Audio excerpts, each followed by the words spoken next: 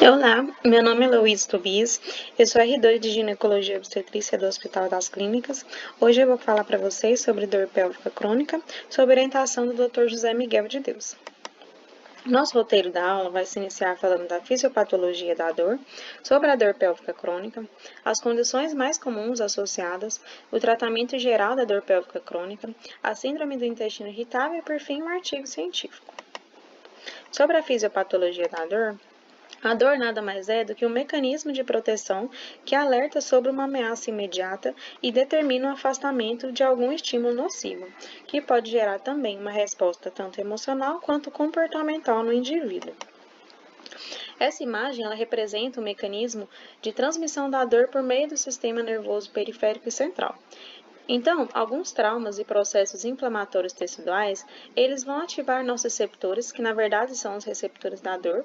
A partir disso, vai se criar potenciais de ação que cursam da periferia dos neurônios até o corno dorsal da medula espinhal. Nesse momento, os arcos reflexos eles podem levar tanto à contração muscular imediata, que vai afastar e proteger o corpo desse dano inicial, e dentro da medula espinhal, essa informação sensorial, ela pode ser ou amplificada ou atenuada. E a partir disso, ela é transmitida para o córtex, e reconhecida e processada como dor. Nessa segunda imagem, a gente observa que nesse processo em que a medula espinhal ela recebe um estímulo para amplificar ou inibir, atenuar os estímulos recebidos pelo sistema nervoso periférico, eles podem estar sendo afetados e causando uma sensibilização central. Ou seja, nesse processo, a partir do momento em que ele é transmitido ao córtex cerebral, ele pode acabar diminuindo o limiar da dor e assim a pessoa vai sentir uma dor de uma intensidade maior do que seria o esperado. Portanto, nesse processo de sensibilização central e periférica da dor, ele acontece principalmente sob o aumento da ação das citocinas inflamatórias, o aumento do estímulo de neurotransmissores, ou seja, o aumento dessa transmissão sináptica, e associada também a uma diminuição da inibição das sinapses nesse corno dorsal da medula. Algumas alterações neuroendocrinológicas central e periférica também são importantes serem avaliadas, Por exemplo, quando cessado o perigo, ou seja, o estímulo da dor ele é diminuído ou ele some, a capacidade adaptativa de modular essa resposta de defesa, ela pode estar sendo afetada também por experiências psicossociais prévias. Então, esse indivíduo vai acabar tendo uma resposta à dor mais crônica associada a esses fatores psicossociais. Então, sobre os tipos de dor, inicialmente falando sobre a dor somática, ela vai se originar dos nervos aferentes do sistema nervoso somático, as fibras A delta principalmente, e eles vão inervar principalmente o peritônio parietal, pele, músculos e tecidos subcutâneos associados. Como característica, ela tem uma dor aguda e bem localizada e correspondente ao dermatoma envolvido. Aqui eu trouxe uma imagem representando os principais dermátodos associados à região da pelve. Da dor visceral, ela vai se originar dos nervos aferentes do sistema nervoso autônomo, ou seja, as fibras principalmente do nervo C, e vai inervar peritônio, as vísceras, peritônio visceral e as vísceras. Como característica, tem-se uma dor difusa e mal definida. O estímulo nocivo, ele pode ser tanto de estiramento, quanto um fator de necrose, quanto de extensão, isquemia ou espasmos associados. A dor neuropática, ela está associada principalmente a sintomas de parestesia, hipoestesia, alodínia e dor do tipo choque. E ela acontece principalmente daquele mecanismo já citado anteriormente, uma sensibilização central que ele é persistente, que acaba diminuindo o limiar da dor. A dor psicogênica, ela tem uma fisiopatologia incerta até o momento. Tem uma correlação importante também com outras condições psiquiátricas e psicossociais, como, por exemplo, ansiedade, depressão, síndrome do pânico. E entende-se que o estímulo psicogênico ele pode comprometer o funcionamento de algumas estruturas supratalâmicas e, por isso mesmo, alterar a percepção da dor do indivíduo. Sobre a dor pélvica crônica, como definição, é uma dor não cíclica, localizada na região pélvica, na parede abdominal anterior-inferior, região lombar ou glútea. ela precisa durar mais do que 6 meses e ela tem que ser grave o suficiente para limitar o funcionamento e as atividades diárias da paciente. Pode estar associada a outras afecções, como disfunção sexual, transtornos do humor, sangramento anormal, queixas urinárias e intestinais diversas. Lembrando que na Febrasgo, a dor cíclica ela pode ser considerada também como dor pélvica crônica, desde que haja essa limitação e incapacitação das atividades funcionais. Da epidemiologia, ela comete mulheres em todas as faixas etárias, principalmente no período de menacme. Ela afeta até 24% das mulheres em todo o mundo, é responsável por 20% dos encaminhamentos para consulta ginecológica, 20% das esterectomias, 40% das laparoscopias ginecológicas. Possui uma prevalência no Brasil de 11,5% a 19%, sendo que 81% das mulheres com DPC, elas possuem dismenorreia associada e 41% possuem dispareunia. Sobre a etiologia, das causas ginecológicas mais comuns, tem-se a adenomiose, as aderências pélvicas, congestão pélvica, doença inflamatória pélvica, endometriose, leiomioma, massa anexial, ovário remanescente, vestibulite e vulvodínia. Das causas não ginecológicas mais comuns, tem-se as intestinais, como a síndrome do intestino irritável e outras doenças inflamatórias intestinais, urinárias, a síndrome da bexiga dolorosa, infecção urinária crônica ou complicada, divertículo uretral e câncer de bexiga. Das neuromusculares, a neuralgia, as do ilho hipogástrico, ilho inguinal, pudendo são as mais comuns, síndrome miofacial, espasmos do levantador do ânus, fibromialgia e epilepsia abdominal. Das psicossociais tem-se a depressão, ansiedade, os transtornos somatoformes e abusos sexuais ou físicos. Sobre a avaliação diagnóstica, na anamnese é importante realizar uma escuta terapêutica associada a uma boa relação médico-paciente, que comprovou-se que teve melhores desfechos na resolução da dor da paciente.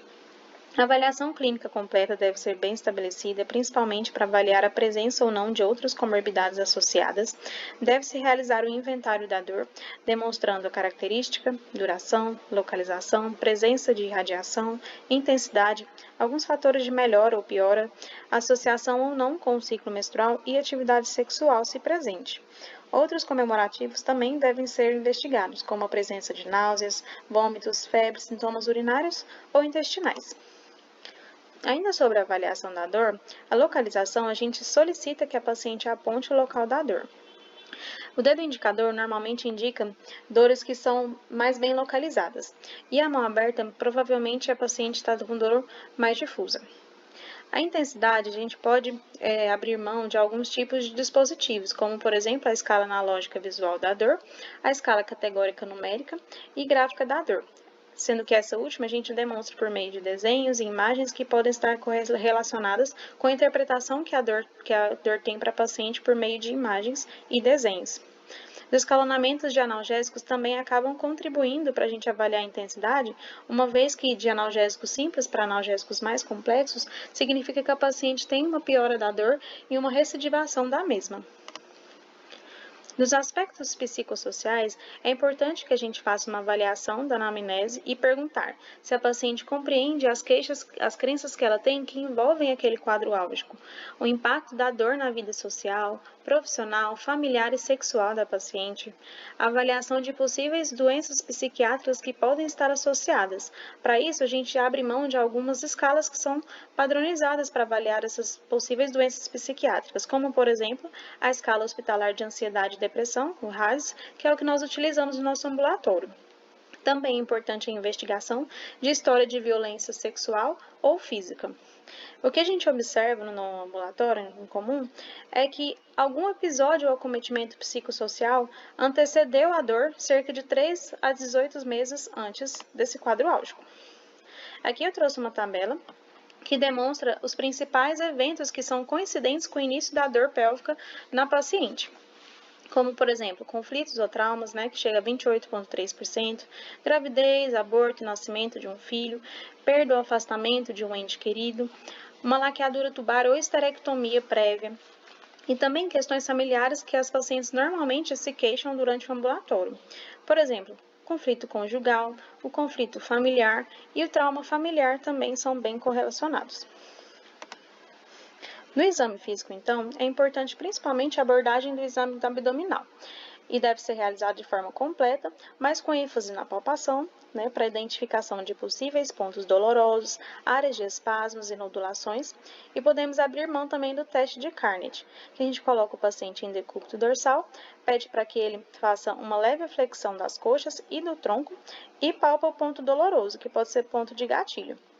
Ele geralmente é positivo quando essa dor no ponto de gatilho piora ou não melhora com a contração muscular, que são características principalmente de dor de origem miofacial. No exame físico ginecológico, é importante a gente descrever se existe presença de dor à palpação das paredes vaginais e estruturas de projeção da área dolorosa, como a bexiga, reto, assoalho pélvico, recesso reto-uterino, a presença de nodulação, se presente, de espessamentos ou irregularidades na projeção do septo reta-vaginal, dos ligamentos útero-sacros, ligamentos cardinais ou região retrocervical. As limitações ou dor à mobilização do útero anexo também devem ser descritas. Dos exames complementares, são importantes na exclusão de outras afecções associadas e também na definição da programação terapêutica. Os exames laboratoriais eles são indicados principalmente se houver suspeita de doença inflamatória pélvica, colites ou ISTs. A ultrassom transvaginal, segundo a Febrasgo, deve ser solicitada a todos os casos de dor pélvica crônica. Ultrassom de parede abdominal se essa paciente tiver suspeita de endometrioma de parede que não foi esclarecida ao exame físico. A ressonância magnética serve para avaliação pré-operatória de algumas lesões que são mais profundas e secundárias à endometriose, ou nos casos em que a ultrassom transvaginal não foi possível ser realizada. Ultrassom de rins e vias urinárias se a paciente possuir suspeita de alguma doença do trato urinário, hematura importante ou endometriose do sistema urinário. A colonoscopia deve ser solicitada a todas as mulheres acima de 45 anos ou se houver suspeita de doença inflamatória intestinal, endometriose intestinal ou câncer de cólon.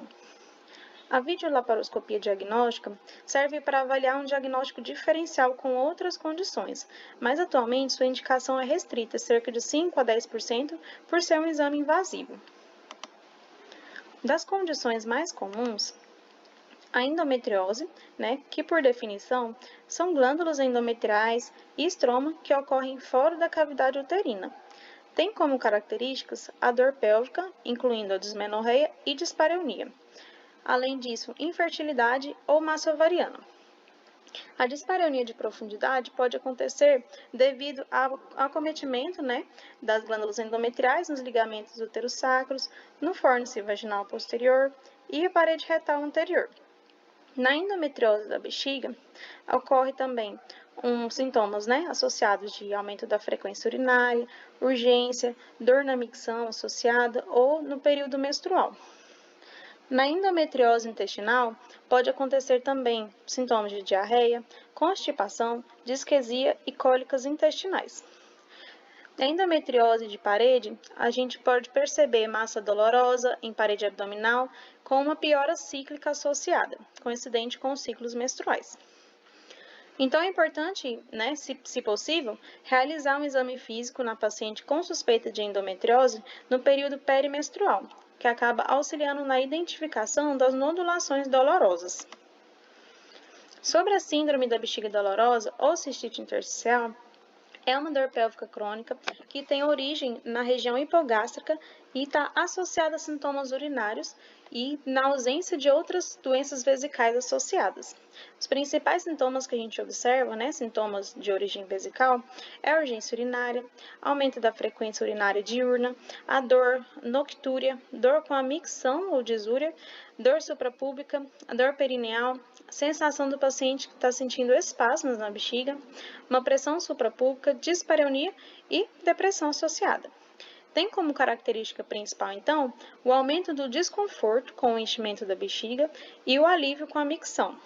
Ao exame físico, nós percebemos uma dor à palpação vaginal anterior, na projeção da bexiga, no hipogástrico e no assoalho pélvico. Sobre a neuralgia e síndrome miofacial, da síndrome miofacial, os músculos do assoalho pélvico eles são mais curtos, mais tensos e sensíveis e causam uma dor referida, que são os pontos de gatilho. Geralmente acontece quando ocorrem traumas e microtraumas na região, como, por exemplo, cirurgias e procedimentos, que acabam fazendo uma estimulação intensa da placa motora do assoalho pélvico, que gera uma contração muscular crônica, né? Ou seja, a hipertonia. Além disso, dá-se a formação de pontos de gatilho. Outros fatores que acabam contribuindo para a síndrome miofascial é um desequilíbrio metabólico, que acontece em níveis elevados de compostos produtores de dor, ou seja, a neuroinflamação, na vizinhança de pontos de gatilho ativos. E também o processo de centralização da dor, que acaba corroborando para o aumento da dor da paciente nessa síndrome, né? A informação sensorial da dor, ela é processada de forma anormal no sistema nervoso central e ocorre uma diminuição do limiar da dor. No exame físico, então, a gente identifica os pontos de gatilho por meio da palpação de grupamentos musculares da pelve. Ocorre também uma irradiação da dor associada ao dermatomo correspondente e alteração local sensitiva, por exemplo, a presença de alodínia ou parestesia local. Sobre o tratamento geral da dor pélvica crônica. Do tratamento não farmacológico, é importante a avaliação de mudanças no estilo de vida, a promoção de hábitos saudáveis, por exemplo, dieta e atividade física. A terapia do assoalho pélvico acaba ajudando também nesse processo e a instituição de acupunturas, terapias de relaxamento, alongamento e liberação de pontos miofaciais. A educação em neurociência da dor, né? Explicar para o paciente como funciona esse processo doloroso e os processos psicossociais que podem implicar na piora dessa dor. A terapia cognitivo-comportamental, o Mindfulness e a constelação familiar também demonstraram boa resolutividade no processo da dor. Sobre o tratamento farmacológico, pode-se instituir, então, os anti-inflamatórios não esteroidais, né? Principalmente quando ocorre uma dor refratária às medidas não farmacológicas. Os opioides, eles podem ser utilizados para dor refratária à analgesia simples, né? Principalmente nas crises agudas, mas seu uso deve ser ocasional.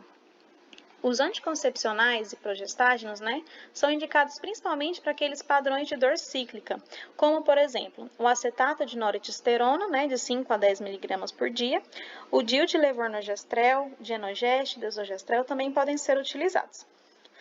Os antidepressivos tricíclicos, inibidores de recaptação de serotonina, e noradrenalina, estão também associados e indicados para aquelas pacientes que têm transtornos psiquiátricos, como, por exemplo, ansiedade e depressão, que na nossa escala utilizada deve ter um RADS maior do que 10.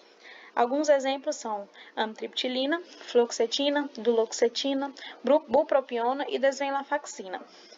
Dos anticonvulsivantes, eles são indicados principalmente para dores neuropáticas e refratárias. Como exemplos, temos a pregabalina e a gabapentina. E por último, os anestésicos locais são indicados para dores da síndrome miofascial e neuralgias, que na verdade são injetados nos pontos de gatilho para alívio daquela dor. Do tratamento cirúrgico, ele geralmente é indicado para aqueles casos que são refratários ao tratamento clínico ou ocorre uma suboclusão, oclusão intestinal, endometrioma de parede, ou ovariana. A salpingectomia em pacientes que já possuem salpinge ipsilateral também são indicações de tratamento cirúrgico. Os exemplos que nós percebemos é a desiólise, né, que geralmente acontece quando são visualizadas aderências no intraoperatório, mas o seu benefício ainda é controverso, né, na resolução da dor pélvica. A esterectomia, né, geralmente é indicada na refratariedade do tratamento clínico da dor, associada a mioma ou adenomiose. Cerca de 60% a 80% das pacientes, elas referem melhora do quadro de dor. 40% elas persistem com a dor ou pioram a dor e têm um prejuízo também na qualidade de vida. Foi-se observado que 5 vezes piora quando está associada à depressão. Aqui são exemplos, né, de imagens, tanto de videolaparoscopias quanto a céu aberto, de focos de endometriose, né, que são esses pontinhos avermelhados. Aqui a gente observa o endometrioma de ovário esquerdo, né, são a mesma foto. E aqui, após a ressecção, né, do endometrioma no ovário esquerdo. Então, o controle, a cura e o segmento dessas pacientes ambulatorial é observado a partir da escala visual da dor. O segmento é feito a cada 3 meses, se a escala for maior do que 3, a cada 6 meses, se for maior ou igual a 3, depois a gente passa a fazer um segmento anual. E dá alta para a paciente se a escala visual da dor continuar menor ou igual a 3, ou se a paciente referir ausência de dor. Sobre a síndrome do intestino irritável, ele é caracterizado por dor abdominal crônica e alterações de hábito intestinal. A prevalência gira em torno de 25% e é maior em pacientes acima de 50 anos e 5% é maior em mulheres. São condições associadas à síndrome do intestino irritável, à fibromialgia, à síndrome da fadiga crônica, à doença do refluxo gastroesofágico e os transtornos psiquiátricos. Das manifestações clínicas, é importante avaliar a dor abdominal, que é do tipo crônica, tipo cólica, de intensidade variável e possui exacerbações periódicas. A localização pode ser variável e está relacionada à defecação. A alteração do hábito intestinal geralmente varia entre o padrão diarreico e obstipante. Normalmente é no período de vigília da paciente. Sobre os critérios diagnósticos, temos o critério de Roma 4, que consiste em dor abdominal recorrente, pelo menos um dia por semana nos últimos 3 meses, associada a 2 ou mais dos seguintes critérios, que é a dor relacionada à defecação, associada a uma mudança na frequência das fezes e associada a uma mudança da forma e aparência das fezes. Existem alguns subtipos de síndrome do intestino irritável. A primeira é com padrão obstipante, de obstipação predominante, o padrão de diarreia predominante, os dos hábitos intestinais mistos, que pode ser tanto para o padrão diarreico e de constipação, e não classificado, que não atendem aos critérios para a síndrome intestinal anteriormente descritos, né? Sobre o tratamento da síndrome do intestino irritável, temos a modificação da dieta, né, que deve ser pobre em oligo, e monossacarídeos e polióis fermentáveis, além da lactose. A atividade física também deve ser sempre estimulada a paciente. A terapia farmacológica, né, geralmente é para os sintomas que são moderados a graves.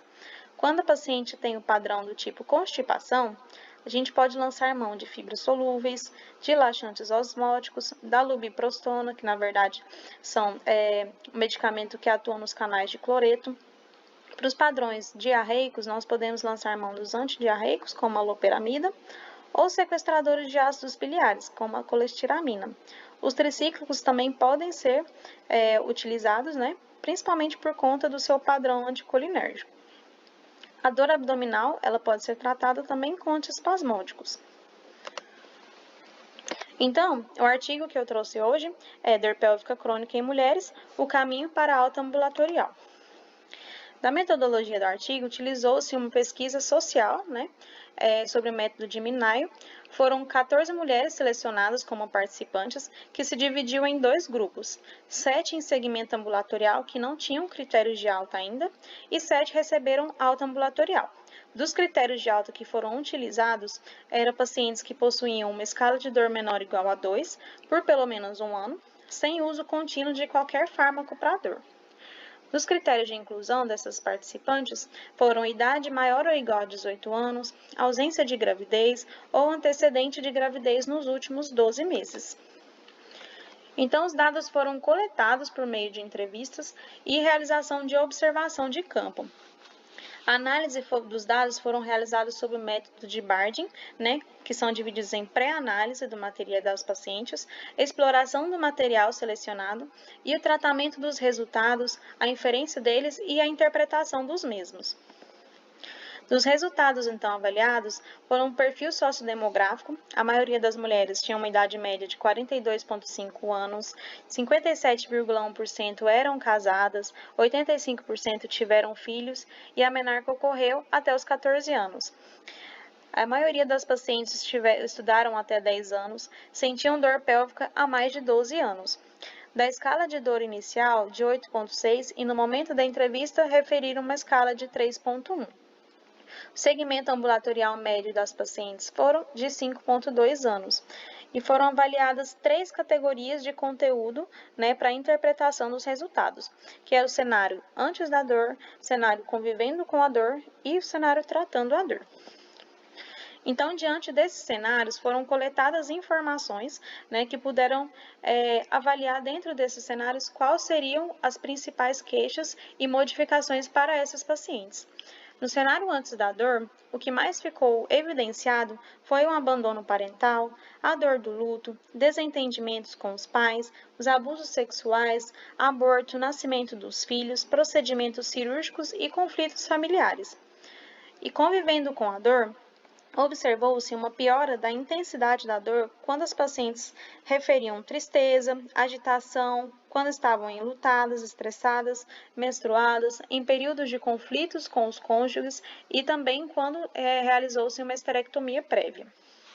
A melhora da intensidade da dor foi associada ao uso de medicações, à constelação familiar, à terapia, repouso e atividade laboral.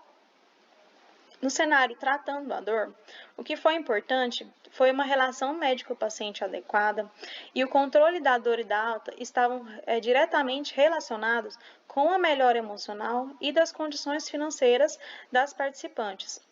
A resolução dos conflitos matrimoniais também corroboraram o uso de medicamentos e os procedimentos cirúrgicos. Da discussão, então, o que ficou importante é o relacionamento parental disfuncional acabou contribuindo muito com o surgimento e a persistência e piora da dor pélvica crônica. As disfunções conjugais elas foram as mais identificadas e relatadas pelas pacientes. No entanto, elas exercem uma menor influência no quadro em relação aos conflitos e disfunções parentais. Todas as pacientes sofreram algum evento psicossocial impactante antes da dor pélvica crônica. Por isso, foi importante a abordagem socioemocional dessas pacientes. A terapia cognitivo-comportamental, constelação familiar e o Mindfulness acabaram ajudando também no processo de controle e de cura da dor. Portanto, a abordagem multiprofissional, associada à empatia e abordagem socioemocional, contribuem para a melhor assistência e a alta das pacientes. Essas são as minhas referências. Obrigada.